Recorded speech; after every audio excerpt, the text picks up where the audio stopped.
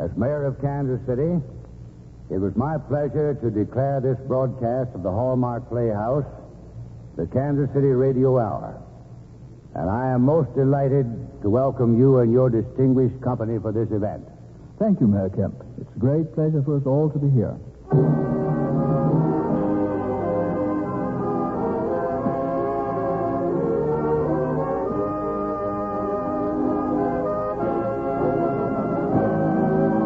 Remember, a Hallmark card when you care enough to send the very best.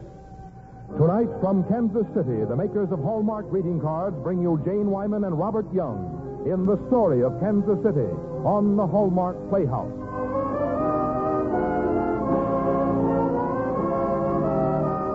Each week, Hallmark brings you Hollywood's greatest stars and outstanding stories chosen by one of the world's best-known authors, the distinguished novelist, Mr. James Hilton.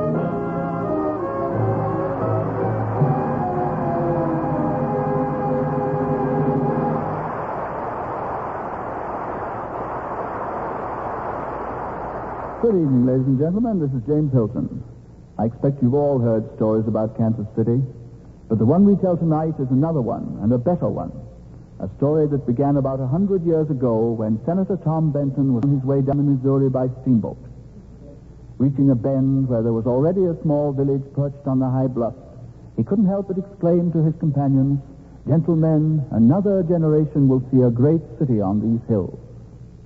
Tonight, a century later, we celebrate the truth of this prophecy, the dream that came true, the story of Kansas City, the story of the city that is at the crossroads of America. Such a story asks to be told in every form of telling. Henry C. Haskell, Jr. and Richard B. Fowler have told it well in their recent book called The City of the Future. And tonight we dramatize it in the spirit of pride, which makes the Kansas City Centennial a great occasion for not only the city, but for the country. In our drama, we are happy indeed to have with us two of Hollywood's most famous and popular stars, Jane Wyman and Robert Young. And now, the story of Kansas City on the Hallmark Playhouse.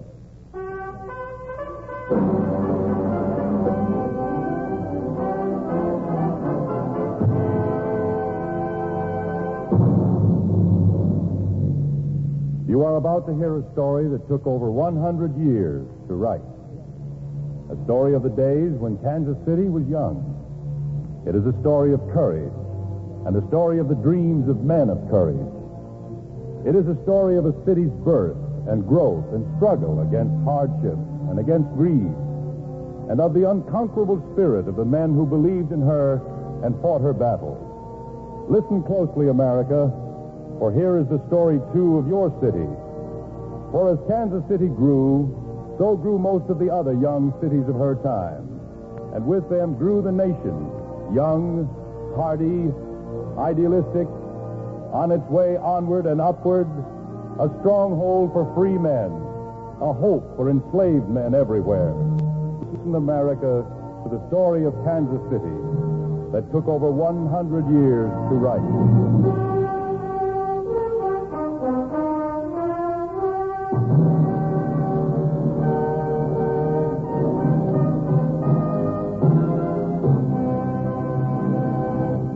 In the beginning, there was land and rock and river. In the beginning, there was the beauty of wilderness blossom and tree and fruit. In the beginning, there was cliff and hill and plain and wooded forest. The beaver made his home in the river current. The deer nibbled the green grasses along its banks. The buffalo on the distant plains browsed in the tall grasses.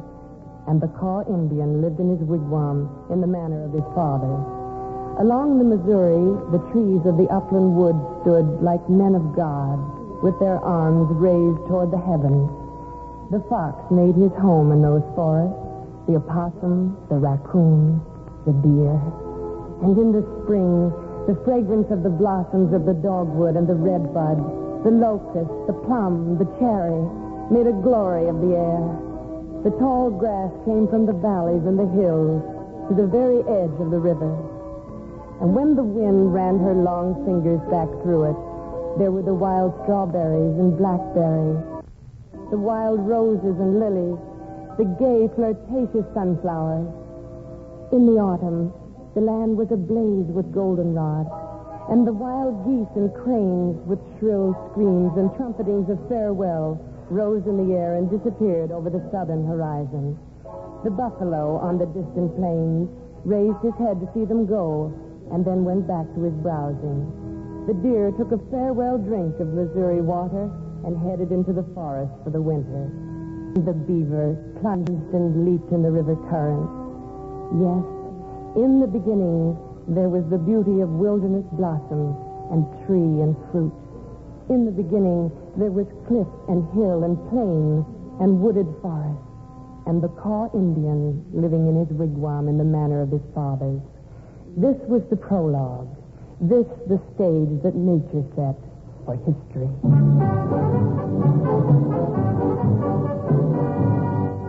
It was 1821 when the first leading man entered that stage, a Frenchman named Francois Choteau, a fur trapper. He came with his brother and with a paper in his pocket that said he could establish a trading post. It is a beautiful country, is it not, mon frère? Beautiful, but it is the edge of the world. Wilderness, complete wilderness. Here. I think right here is the spot for the trading post. Here where my wife can have the river for her front yard, the forest for her kitchen garden. You are a romanticist. In the spring, I am always a romanticist, but I am also practical. The river will help me establish my commerce, because the Indians will find it very easy to pack their canoes with furs and bring them down to me. Make no mistake, my brother. I have an eye for business as well as beauty. I intend to establish a very successful business right here. That was it. That was the beginning. A fur trapper with an eye for business as well as beauty. After Choteau had built his post, several dozen French families would follow him into the wilderness. They would be the nucleus of the first settlement within the present boundaries of Kansas City.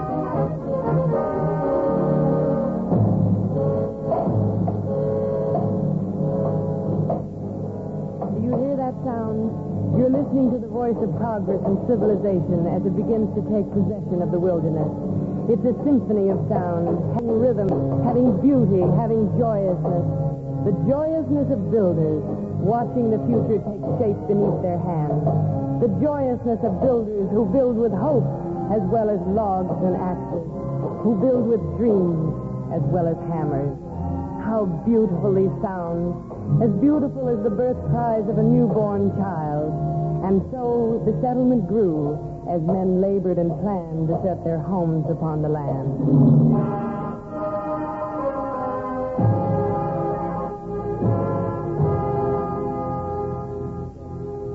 In 1838, a missionary's son named John McCoy was operating a store to sell merchandise to the Indians and to settlers on their way further west.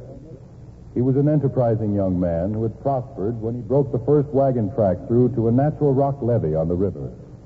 In 1838, the owner of that levee, Gabriel Prudhomme, died. John McCoy called a hasty meeting with 13 other settlers. Gentlemen, Prudhomme had 257 acres that's going to be put up for public sale. I think we should organize a company and bid for that land. What do we want with all that land, John? Well, that land's good for a lot of things. The levee is one of the best steamboat landings in the river. Land around it can't be beat for a town site. Well, how much money do you think it'll take to bid in the property? Can't tell. But whatever it is, among the 14 of us, we ought to be able to meet it. Now, why don't we form a company and appoint Bill Sublette as our representative to buy the property?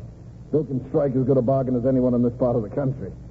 What do you say, men? What do you think we should call our company, John? Had you thought of a name? Yes, as a matter of fact, I had. How about the Kansas Town Company?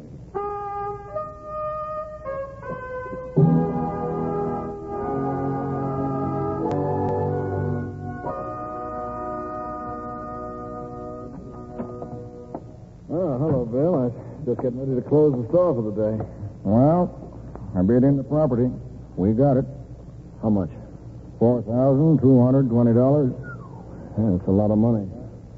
It's a particular lot of money to folks that find money as hard to come by as we do. But it's going to be worth that amount many times over. Yeah, you really believe that, don't you? We're going to make it worth that, Bill. We're going to make it worth it. We're going to lay out a town site the like of which has never been seen before. It's going to be the kind of place that'll make a man stop the first time he sees it and say to himself, this is what I've been searching for. Now, at last, I've come home. God has made the land beautiful. Now may God give us the inspiration and the power to build a beautiful city on the land.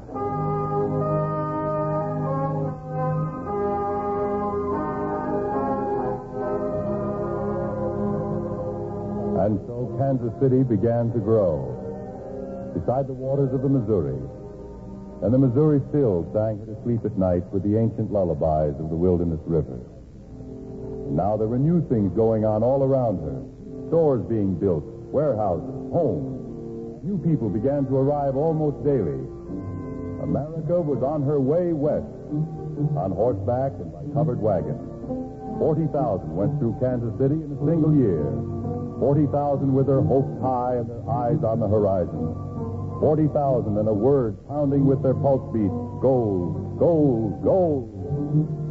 The people of Kansas City helped outfit them when they could, listened to their stories, waved them goodbye, and wished them well. Go in California? Well, maybe. They didn't have time to go and see. They were building a city. By 1850, there were 700 residents, a large settlement in those days, and the Jackson County Court granted the settlement a charter which gave them the right to incorporate. Yes, 700 inhabitants, with almost all the European bloodstreams mingled in their veins. 700 pioneers who now met in freedom, in equality, in democracy, to build a city.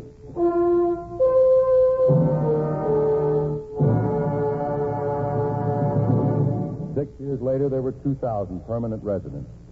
Many of the 2,000 were good, God-fearing, industrious men. But here and there among them was the rascal, the gambler, the renegade. And there were enough of these to thoroughly frighten a young gentlewoman from Pennsylvania who arrived with her husband in 1856. Look at those savages riding right down the public street in broad daylight. Look at them. So, Sarah, my dear, I'm afraid they're a little under the influence of firewater at the moment. I hardly think it's any matter to laugh about, Kirsty. This is a frontier town, Sarah, and a river town to boot. You can hardly expect it to be as settled and respectable as Philadelphia. Come on, let's go for a walk. Out there? Of course. This is your new home. You must get acquainted with it. Oh, can't I get acquainted with it from the window, Kirsty? No, Mrs. Coates, you cannot. Come on. I'm anxious to show it to you. Well, all right, if you say so, Kirsty. Take a deep breath of that air. Isn't that magnificent, Sarah? Yes, it's very nice, Kirsty. I say, just all the blasted Yankees. Come, dear, we'll cross the other side of the street. There's a free country. They're going to be free in the South as well as the North, and we have to kill it. Isn't there any law and order in the town? Oh, yes, of course there is. But you have to realize this settlement is like a half-grown boy right now. No matter how well you have him disciplined, every now and then he's bound to break over the traces. Certainly isn't much of a town. Jumble of frame buildings. Hardly more than shacks. Oh, Sarah, you mustn't look at it and see what it is now. You've got to look at it and see what it's going to be. Here, sit down a moment on this log. Let me tell you something. Yes, Kirsty? That dusty street we just walked on. Someday that street is going to be a great circular boulevard. And within that circle, the city will be set like a jewel, Sarah. The city of the future. It isn't going to remain a jumble of frame buildings. It's going to be like a citadel, Sarah. A citadel that we've helped build from wilderness wood and raw granite. A citadel of buildings and libraries, museums, schools, churches, parks. And people will come to it through that valley down there. But they won't come on horseback or in wagons.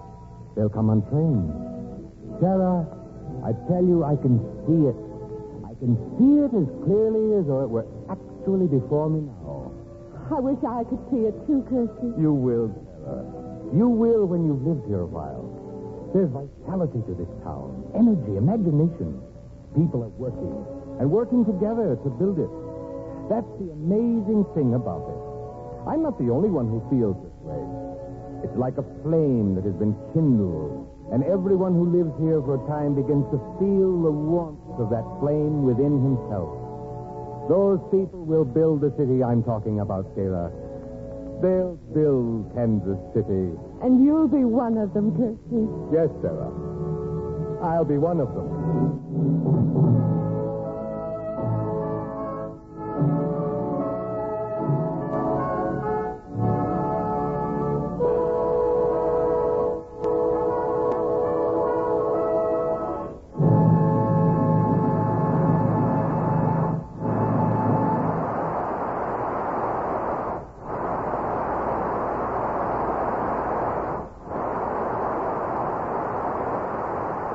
In just a moment, we'll return to the second act of The Story of Kansas City, starring Jane Wyman and Robert Young. The story of Kansas City is only one thrilling chapter in the epic of America. And part of the story of Kansas City is the story of greeting cards. For it is here that Hallmark cards have been created through the years. It is here that America's favorite greeting cards are made today. Hallmark cards, the kind more people choose than any other in the world. For most of us, greeting cards are a part of our everyday lives, closing the gap between people and places. But this was not always the case. If you had looked at the turn of the century, you would have found only postcards. Or for Christmas or Valentine's Day, you might, by dint of search, have discovered a few crude messages on tinsel sheets or gaudy ribbon paper hearts. So it was that from the very first, the makers of Hallmark cards envisioned greeting cards that would be different, carrying messages as personal as a warm handshake, presented in exquisite taste. From this dream, Hallmark cards were created with this one friendly purpose: to help people say what they want to say, the way they want to say it.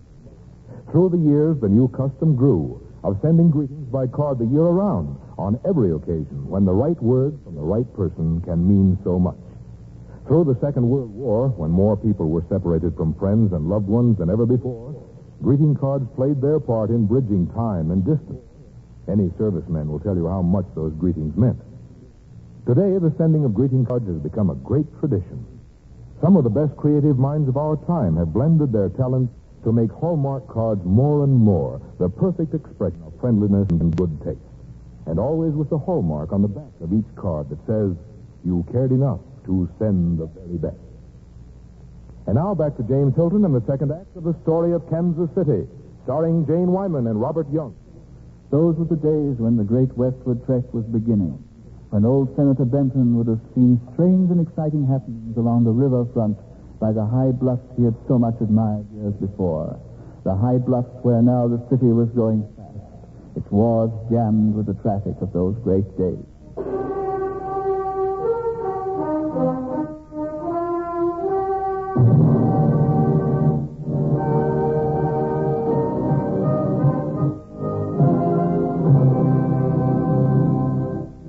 You are listening, America, to a story that took over 100 years to write. A story of dreams and of struggle, of growth and accomplishment.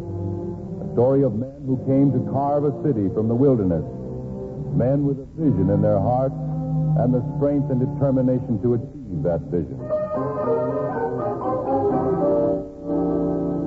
Since the days of Columbus, commerce and enterprise have been seeking the West. Over the Atlantic, across the Alleghenies, over the Mississippi, up the Missouri. Kansas City stands on the extreme point of navigation. It is the West of commerce. Beyond us, the West must come to us overland. The West at last is found.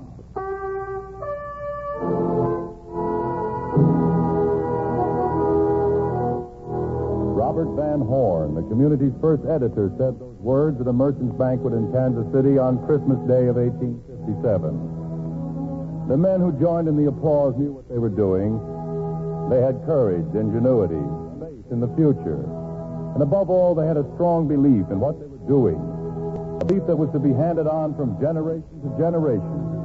And that people in other parts of the country were to give a name.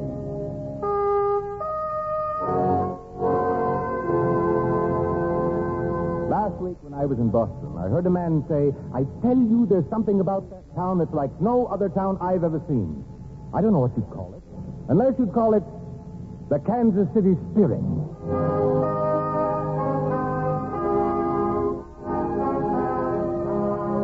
That was the name the rest of the country gave it. The Kansas City Spirit. And that spirit was to be seen in action over and over as the years passed.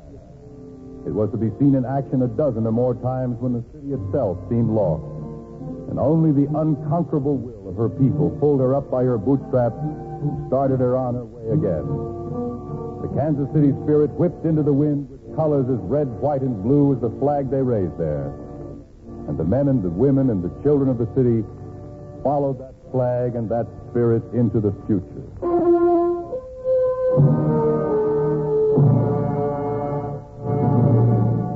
The men who listened to Robert Van Horn on that Christmas day of 1857 were the vanguards of a new generation. Businessmen, sober, industrious, intent upon the future.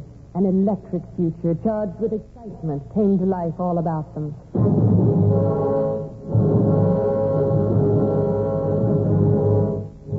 Kansas City saw banks open, newspapers founded, telegraphic communication put through to the east. A regular stage service to Stockton in California started. A chamber of commerce established. They didn't wait for the future and take it as it came. They forged ahead towards it. One of the first settlers, Colonel McGee, used to be down on the levee every time a boat came in. He took people right up the riverboat, drove them out to take a look at the land, and did his best to imbue them with the same enthusiasm that was driving the rest of them on. Colonel McGee got a lot of new residents to Kansas City that way. What the trapper Sholto had seen, and what John McCoy had seen, what Kersey Coates had seen, was now beginning to take form and shape. In 1859, Sarah Coates could look from her own front windows at quite a different scene than the one that had first greeted her.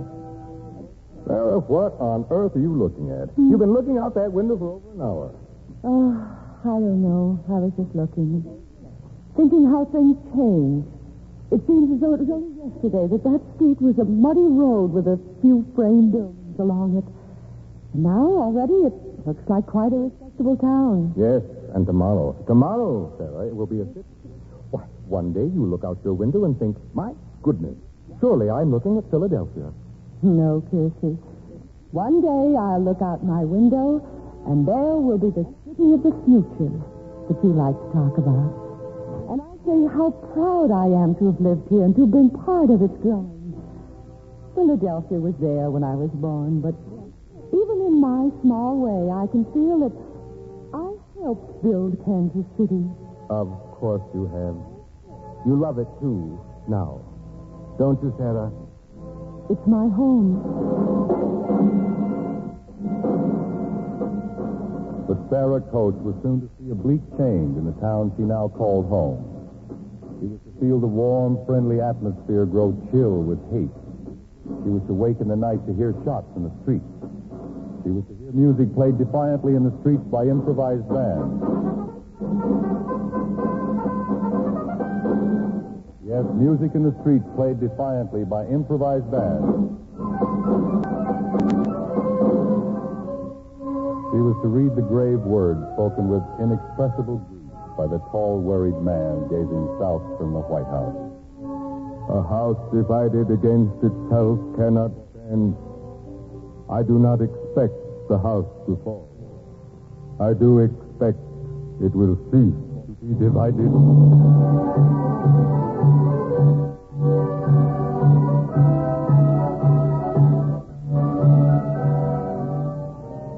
To live in Kansas City during those dark days of pain-shadowed conflict was to live in a house split asunder before your eyes. To live in Kansas City was to straddle the borderline between North and South. It was here the North and South met, house to house, face to face, gun to gun. Friends found dark hours between them. Even families found their sympathies divided. Dr. Johnston Likens, one of Kansas City's first mayors, and his wife, like many others, faced an anguished decision. Johnston, I can't sign an oath of allegiance to the North. I know how you feel, but I just can't sign it. The tabulation of votes was only completed this evening. The Unionists won, Matty, so that was the decision. Every citizen of the city must take an oath of allegiance to the Union. I can't sign it, Johnston, even though I lose your love. And to lose that means I lose all hope of happiness in this world. Still, I can't.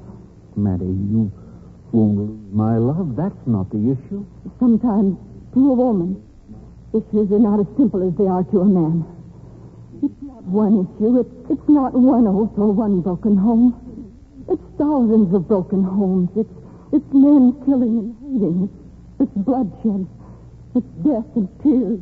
Sons born uselessly. Oh, why did it have to come to this? Why did it have to come to this? Because the question must be solved once and for all, Mattie. It's like a festering wound. It must be cut out. The sooner the better so the healing can commence. Johnson, I'm not going to take the oath. I can't say I'm an abolitionist when I'm not. I can't and keep my self-respect. Johnston, I'm going to go across the river into Clay County. I'm going to stay there for the balance of the war. You can't do that. You belong here. No, Johnston. There must be no divided loyalties in Kansas City. The people must stand together, united as they've always been united. The city must not be torn apart. I've been very happy here. And after the war, we'll be happy again. We must have faith in that as we have faith in anything. I love Kansas City enough to leave it. That takes a lot of strength, Johnson. But having lived here somehow, I have that strength. I'll start getting my things together.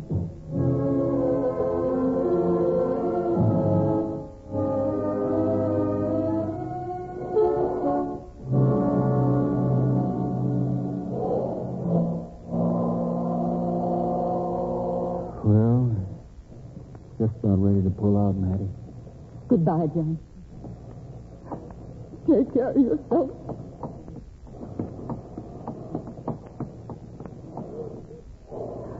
Johnston, don't forget your shirt in the bottom drawer of the highboy. Yes, Mattie. And a piece of sweaters in a box in the top of your closet. What'd you say, Mattie? I said your sweaters are in the top of the closet. Goodbye. Goodbye, Johnston. Goodbye.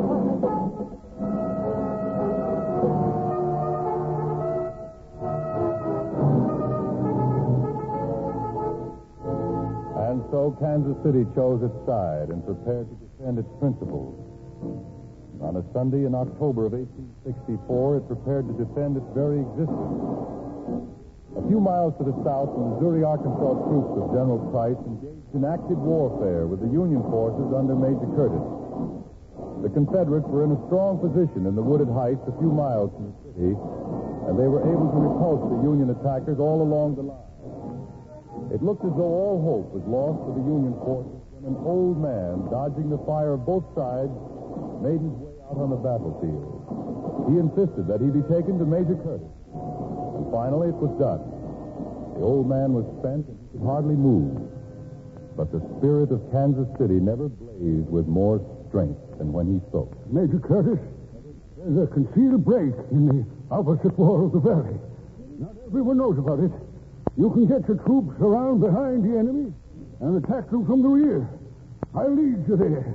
15,000 men follow an old man on horseback across the valley. Now they move up the ravine toward the enemy forces. Now they cross the open plateau. Now they're in sight of the enemy. Now they open fire.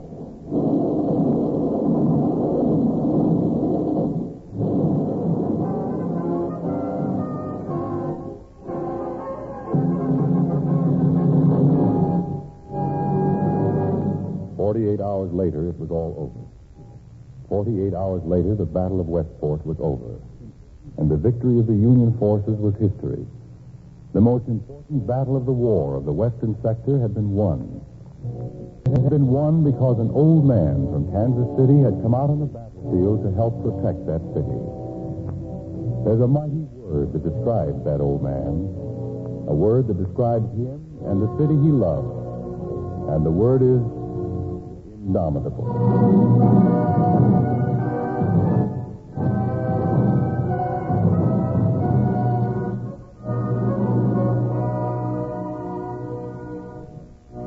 whenever peace comes, it's sweet to the woman.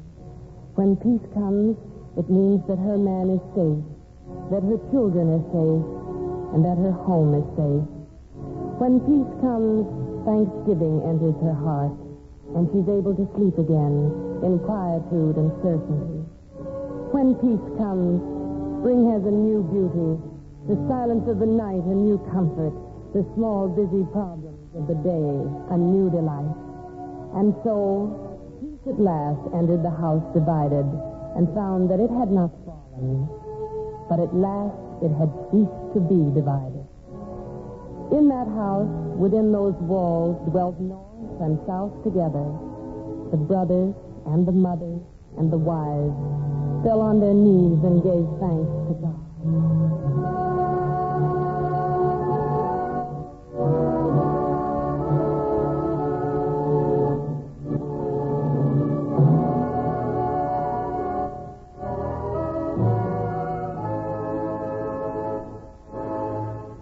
And now, with the coming of peace, Kansas City had to take inventory. What they saw was discouraging. Trade had stagnated, supplies were scarce and expensive, the buildings were dilapidated, streets were in disrepair. Kansas City had not much left, except the assets that they'd started with. A wonderful sight, the spirit of its people. But 4 months after Lee's surrender, Robert T. Van Horn was back in his editorial chair at the Kansas City Journal, scolding, prodding, leading. There is a tide in the affairs of men, and the same is true of cities. We are now approaching the flood. If we do not act at the tide of our opportunities, our future history will be a record of failure and humiliation. Providence never assisted a lazy man. Fortune never smiled on an indolent community. Day by day, Van Horn hammered on his theme. Factories must be established to make furniture, farm implements, wagons, and carriages. The hills should be leveled, streets graded. The city had to have fire protection and public schools. The words flew at Kansas City across the morning cups of coffee. The native pride began to kindle into excitement again. Men put down their cups and started downtown to do something about it. And once more, Kansas City was on her way.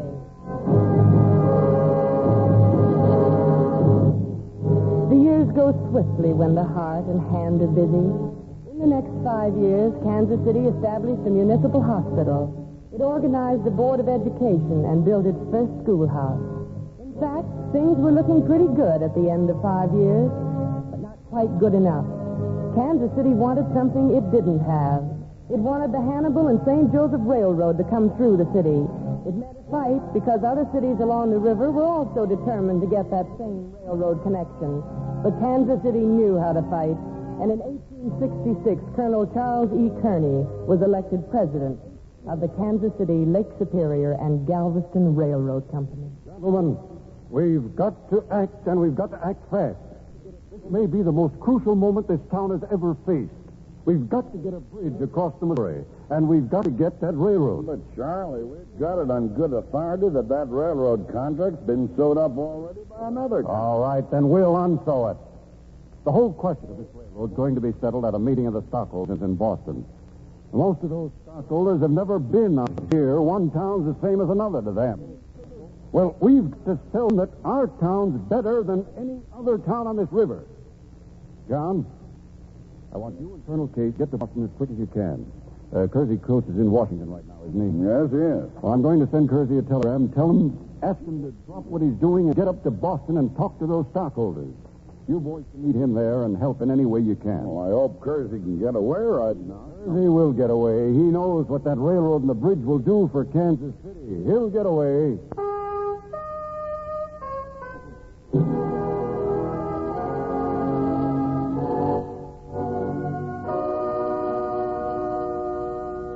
I beg you, listen to me. But, Mr. Coates, we have already committed ourselves to another city. You have a prior commitment to Kansas City. Well, whatever commitment there was made before the Civil War. Things have changed since then. We can hardly be expected to consider that commitment still valid. That's not the reason for your decision. Other cities along the river have outgrown us in population. Oh, I see what you're thinking. I can even understand it, but please, hear me out. You don't think in terms of right now when you build a railroad. You think in terms of the future. And that's the way you should think. I tell you, one day Kansas City is going to be one of the most important industrial and shipping centers of any city in the United States. How can you know that, Mr. Coates? Because that's what we're going to make her. Gentlemen, I ask you to look at the history of Kansas City. A few years ago, there was nothing but wilderness. And then men came with the dream of what a city could be and should be, and they started to build. They fought the wilderness. They fought disease, cholera, 3 cholera epidemics. They fought lawlessness and civil conflict among themselves. And each battle they fought, they won. You ask me how I know what this city will be tomorrow? I know because I know what she was yesterday. I know the road she came and what she had to conquer. And I know there are no limits to where she can go.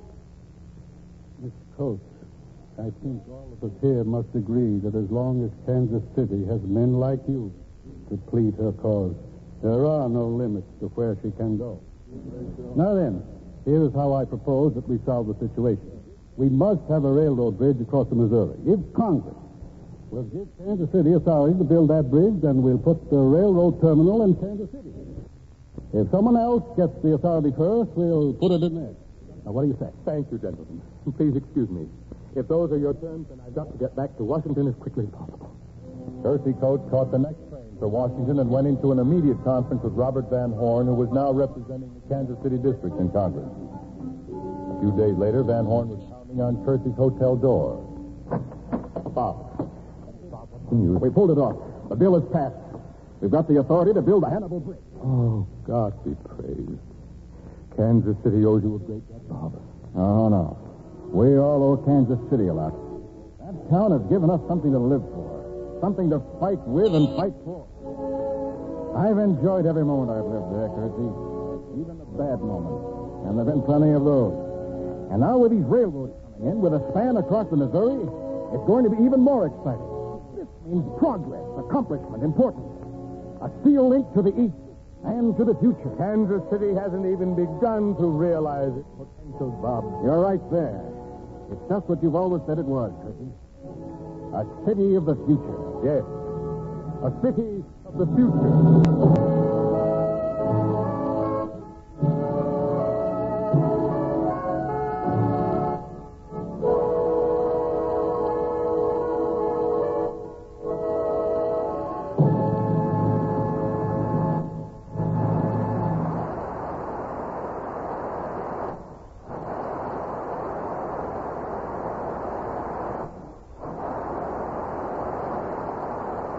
In just a moment, we'll return to the third act of the story of Kansas City, starring Jane Wyman and Robert Young. No matter how many cards you buy or what you pay for them, their choice is a matter of great importance, for they are the mirrors of your taste. And so today there are Hallmark cards with paintings by Norman Rockwell, Grandma Moses, and many another famous professional. And this Christmas, Hallmark brings you, for the first time, greeting cards that reproduce in full color and authority pictures by the world's most famous amateur painter, Britain's great statesman, the Right Honorable Winston Churchill. This is the latest chapter in the story of Hallmark greeting cards. Thoughtfully chosen, your greeting cards say what you want to say, the way you want to say it. And the makers of Hallmark cards have made it easy for you to choose.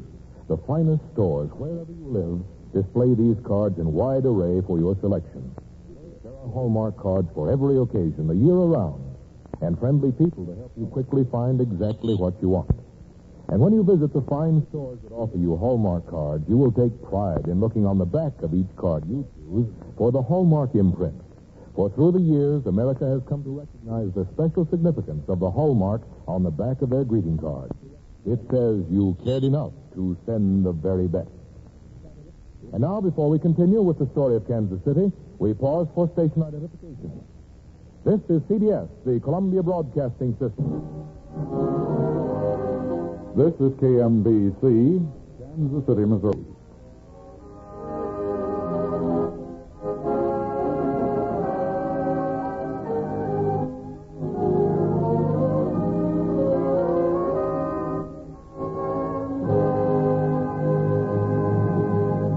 And now back to James Hilton and the third act of the story of Kansas City, starring Jane Wyman and Robert Young. You know, we started this story with the dream of Tom Benton, who saw the high bluffs above the river and had a vision of a splendid city. But even the old senator could hardly have dreamed of what was soon to happen. Not merely the increasing traffic of men and goods through this gateway to the Western world, but a bridge to the future, which was quite literally a bridge. The great span of steel across the Missouri, and the steel that was built on the steel, the railroad fanning in from the east, crossing the river, and fanning out again to the west, the triumph of new industrial technique and of the skill of countless craftsmen. And so, as in the fulfillment of destiny, the great bridge was built.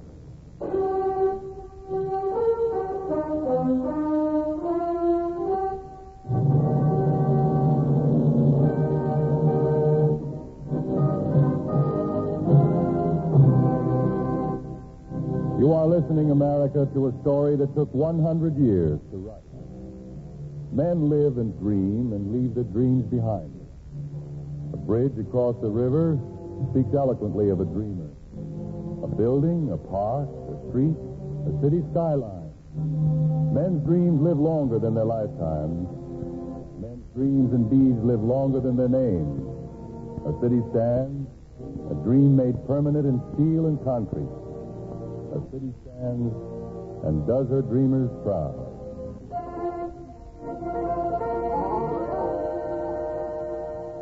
Dreaming is not restricted to the poets of a city, nor to the engineers, the architects, the craftsmen, the city fathers.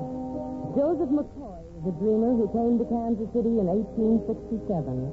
He was a young, lanky livestock shipper whom a lot of folks in his own hometown had thought was plumb loco. The reason they thought this was because of a dream of Joe McCoy's. Texas is chock full of cattle that accumulated there during the Civil War. Why shouldn't those cattle be driven to Kansas for shipment? Oh, they wouldn't let you drive the cattle over that new farming country between Texas and Missouri. I haven't any intention of driving them through the farming country. My idea is to set up a cattle town along the railroad, out beyond the farming area. I'll ship them by rail from there. You know, that just might be crazy enough to work. Let me talk to a couple of people and see what they think of the idea. If they like it, maybe we can raise enough money to try it out. Joe McCoy's idea didn't sound loco to the Kansas City fathers. It was daring, and it was a gamble, but it had gigantic possibilities if it worked, and it did work. McCoy set up his cattle town at Abilene, and in 1871, Texas cattle began a mighty and never-ending stampede through Kansas City, over the Kansas Pacific Railroad for shipment to the east. The dream of Joe McCoy had brought a new industry to Kansas City.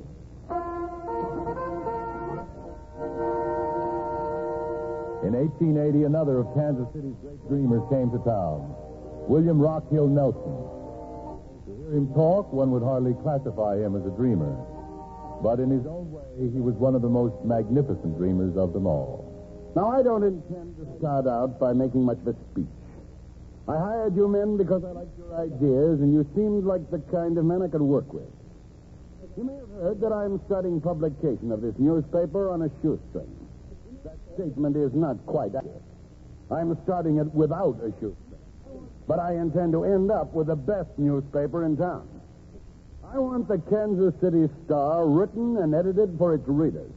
And I want the Star to do a job for those readers. I came here because I think this town has more color and more excitement and more get-up and go-to-it than any other place in the United States. I intend to stay here. A great city must be something more than a good place to make your money and then clear out.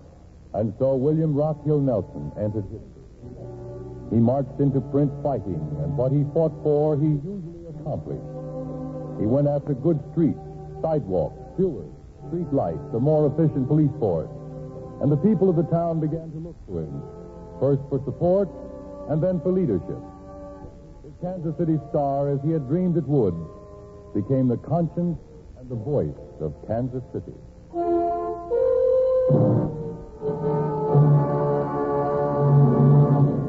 Yes, there were a lot of dreamers in Kansas City. Back in the days preceding the turn of the century, there was a man named Walter Dickey and a man named Eugene Rush. Just look at that building, Walt. You know, I don't think there's anything to equal that any place in the country. I don't see how there could be. You know, I never really thought we'd live this way. When we first started talking about having a convention hall, it seemed like something way off in the future. Well, it did take 2 years to get it. 1 year to raise the money and plan the building, and another full year to build it. Did you ever really think we'd get the Democratic Convention to come in? No, not the way Chicago and Cincinnati and Milwaukee were bidding for it, did you? Well, I don't mind admitting I did a lot of praying. Say, you two boys going to stand there admiring that building all night, or are you coming along to the convention committee meeting? Oh, Bill, sure. Come it along. Yeah, we just ought to stop by for a moment. Yes, I know. As a matter of fact, I do the same thing myself every time I pass Convention Hall. You two fellows did a great job fighting for that building the way you did. It's not only going to bring the Democratic Convention to Kansas City, it's going to bring a lot of other conventions, a lot of people, a lot of business. Well, this whole town's going to see that the Democrats have such a good time, every other convention will want to come here. Yes, I'm sure it is. And from all I've heard, Convention Hall is now the personal pride of every man, woman, and child in Kansas City.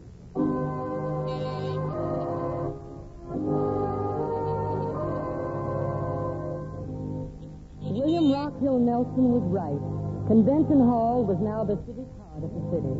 Because of it, Kansas City felt that it could make itself a center of events in the West, and a city to be recognized by the nation. For months, everyone in town talked and laid plans for that Democratic Convention, which was scheduled to open on July 4th. And then, on April 4th, at exactly 1 o'clock, Kansas City heard a sound that chilled and shocked the air.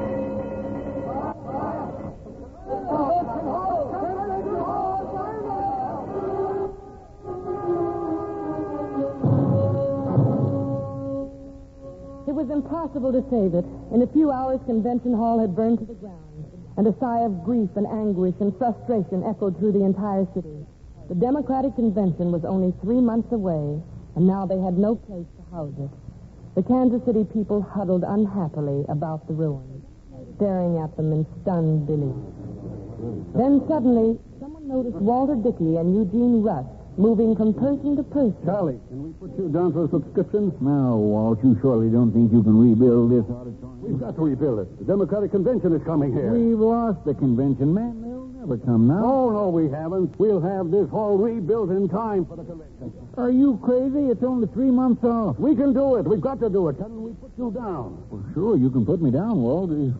In fact, if you think it can be done, I'll get a pad and start roughing up subscriptions myself. How you doing, Walt? I've got about 30 names so far. How about you? Well, I've got 60. I'm taking every cent offered, the dollar subscriptions as well as $1,000 subscriptions. Kansas City's going to rebuild that auditorium in 90 days, and everyone in town is going to help do it.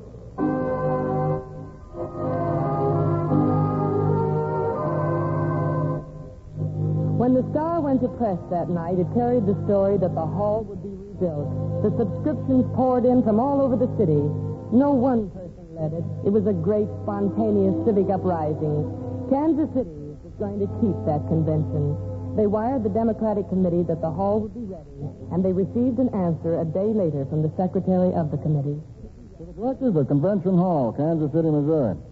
Any person who has come in contact with the businessmen of Kansas City must have been impressed with the fact that the town contains a higher degree of public spirit than any other city in the United States. I believe its people will provide a suitable place for the Democratic National Convention. Signed, C.A. Walsh, Secretary of the Democratic National Committee. The very day of the fire, telegrams went to the steel companies and the other companies that would have to supply the necessary materials. When the Carnegie Steel Company reported that the time limit was impossible, the directors of Convention Hall wired back, Kansas City, we don't know what impossible means. The entire city swung behind the project. Kansas Cityans went directly to the heads of the steel and lumber companies. They went to the presidents of the railroads. We must have the fastest possible transportation for that steel. We only have 90 days for the entire job. Our railroad will be glad to cooperate. As a matter of fact, we'll have guards ride with your shipments of steel to see that there aren't any delays. As soon as the steel began to arrive, the builders went to work. All right, sir. Now keep moving. Keep moving. This is a big job, but we can make it. The construction moved ahead. 24 hours a day, 7 days a week. Once more, the naked frame of the building stood against the sky. Once more, girders swung into place. Walls went up. Stairs were built. Workmen hardly paused to eat. It was one of the most spectacular races against time in the history of the nation. But Kansas City was fighting with every means at her command. The convention was due on July 4th, and suddenly at night on July 3rd, all sounds. All right, boys, that does it. Convention hall is finished. You did a great job. Now let's clean up and go home. You know, if I was a sentimental man, I think I could cross. Yeah, me too. Well, do you ever think we'd actually... Sure. I did, too. Well, it's done. The people are coming in with the bunting and the flags now. Everything's going to be shipshape for that convention tomorrow. Well, Bill, tomorrow morning will be the dawn of a great day for Kansas City. Yes, a great day, a great year, and the dawn of a great century. I think the 20th century is going to be Kansas City's century.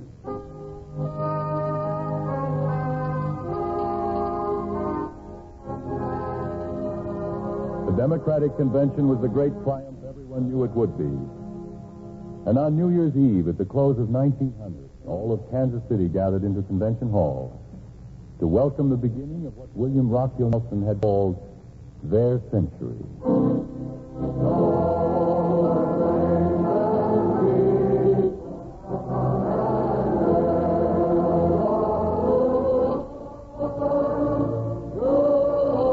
They stood together in Convention Hall, the people of Kansas City, united in spirit and aim, and in faith in what the future held in store for them. And many of them thinking of the years past and the glory of this particular moment. For hours like this are rare in the history of nations and of cities, when a people stand together with arms and hearts linked, and look at what has been and what will be, and find them both good.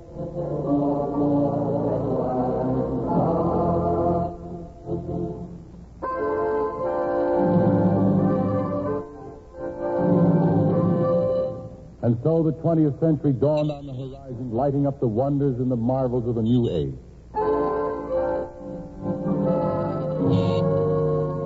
And now it was over 100 years back to the beginning. In the beginning, there was land and rock and river, and the Kaw Indian living in his wigwam in the manner of his father. Between the beginning and now are the long years recorded in terms of men's courage and men's valor. In the beginning, the tall grass came from the valleys and the hills to the very edge of the river. Between the beginning and now, men dreamed and built the bridges that arched the torrent. And the 20th century crossed that river by rail, by car, by aeroplane. In the beginning, there was the beauty of wilderness blossom and tree and fruit. Between the beginning and now, men built a city to stand against the skyline like a modern castle.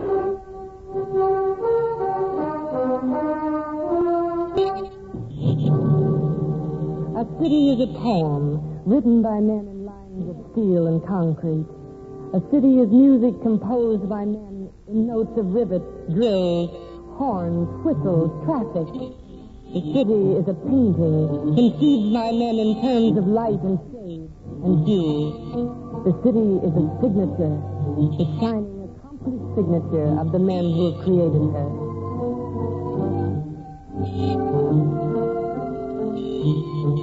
Kansas City is the signature of John McCoy, of Kersey Coates, of Robert Van Horn, of William Rockhill Nelson, of all the men who dreamed of her and fought for her and left something of their dreams behind. Because of them, Kansas City ranks now as one of the great cities of the nation. Because of them, she has taken her place among the great industrial cities of the world. And because of them, she has beauty, she has spirit, she has heart. The Kansas City story is a great epic in the history of the country, because the Kansas City story is the American story. It's the story of wheels rolling westward, of men braced against the elements, of free ideas being nurtured on free soil. They said her people had spirit, and they were right. The city came by it honestly. It was a spirit that had been observed among certain pilgrims at Plymouth. It was a spirit that lit up a night in Boston when a group of Americans chose to brew a harbor full of British tea. It was a spirit that had been seen in Concord when the streets echoed the sound of fife and drum. It was a spirit before which men warmed their cold hearts on certain icy nights in Valley Forge. The Kansas City spirit is the American spirit, intensified. That spirit which says, this is my land. Here will I stay and build my home. Here is where I will live and what I will live for. Here is security. Here is beauty. Here is promise. Yes, the Kansas City story is the American story. For as Kansas City grew, so grew most of the other young cities of her time. And with them grew the nation, young, hardy, idealistic, on its way onward and upward, a stronghold for free men, a hope for enslaved men everywhere. Kansas City in the year of its centennial can look back on many moments in which it can show great pride. America in the year of Kansas City's centennial can look back on many moments of pride in Kansas City. And as for the years ahead, the words that Percy Coates said almost 90 years ago still say it best. Kansas City hasn't even begun to realize its potential. It's a city of the future. A city of the future.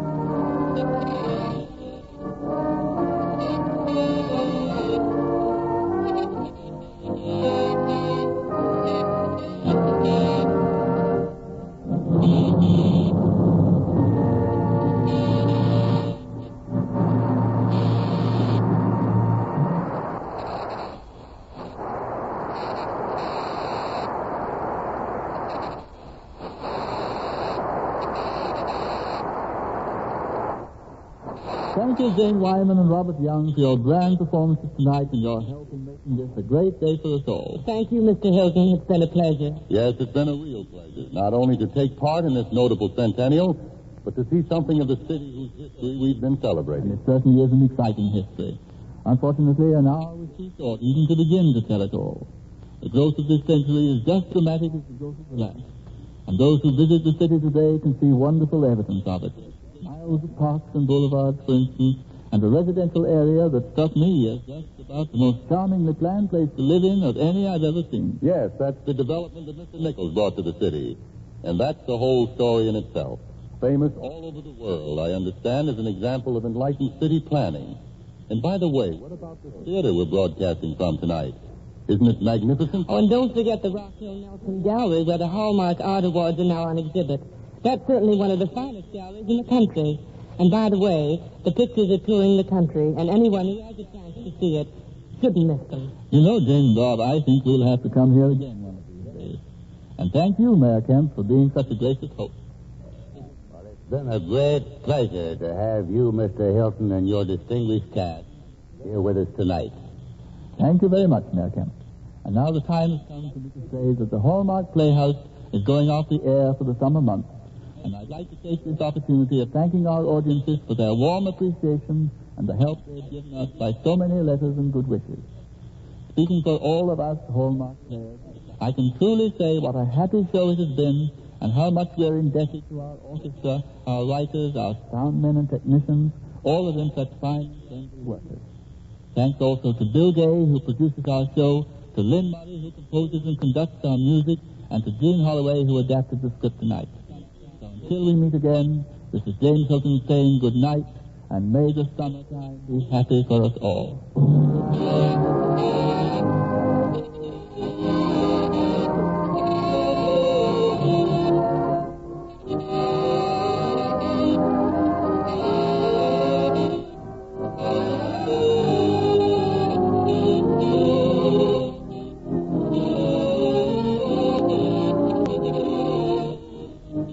Look for Hallmark cards that are sold only in stores that have been carefully selected to give you expert and friendly service. Remember Hallmark cards when you care enough to send the very best. Jane Wyman will soon be seen in the Warner Brothers production, The Glass Menagerie. Robert Young, star of Father Knows Best, appears through the courtesy of Maxwell House Coffee. Our cast tonight included Bea Benaderet, Isabel Jewell, Ted Osborne, Ted DeCorsia, Hans Conried, Herb Butterfield, Polly Bear, Lon Clark, Roger DeCoven, and Maurice Coughlin. This is Frank Goss saying good night to you all for the summer holidays until we see you again next fall on the Hallmark Playhouse. The special full-hour Hallmark Playhouse you have just heard was made possible through the courtesy of the manufacturers of Skippy Peanut Butter, who relinquish their time in which Skippy Hollywood Theater is normally heard. The Skippy Hollywood Theater will be heard next week, as usual, at its regular time.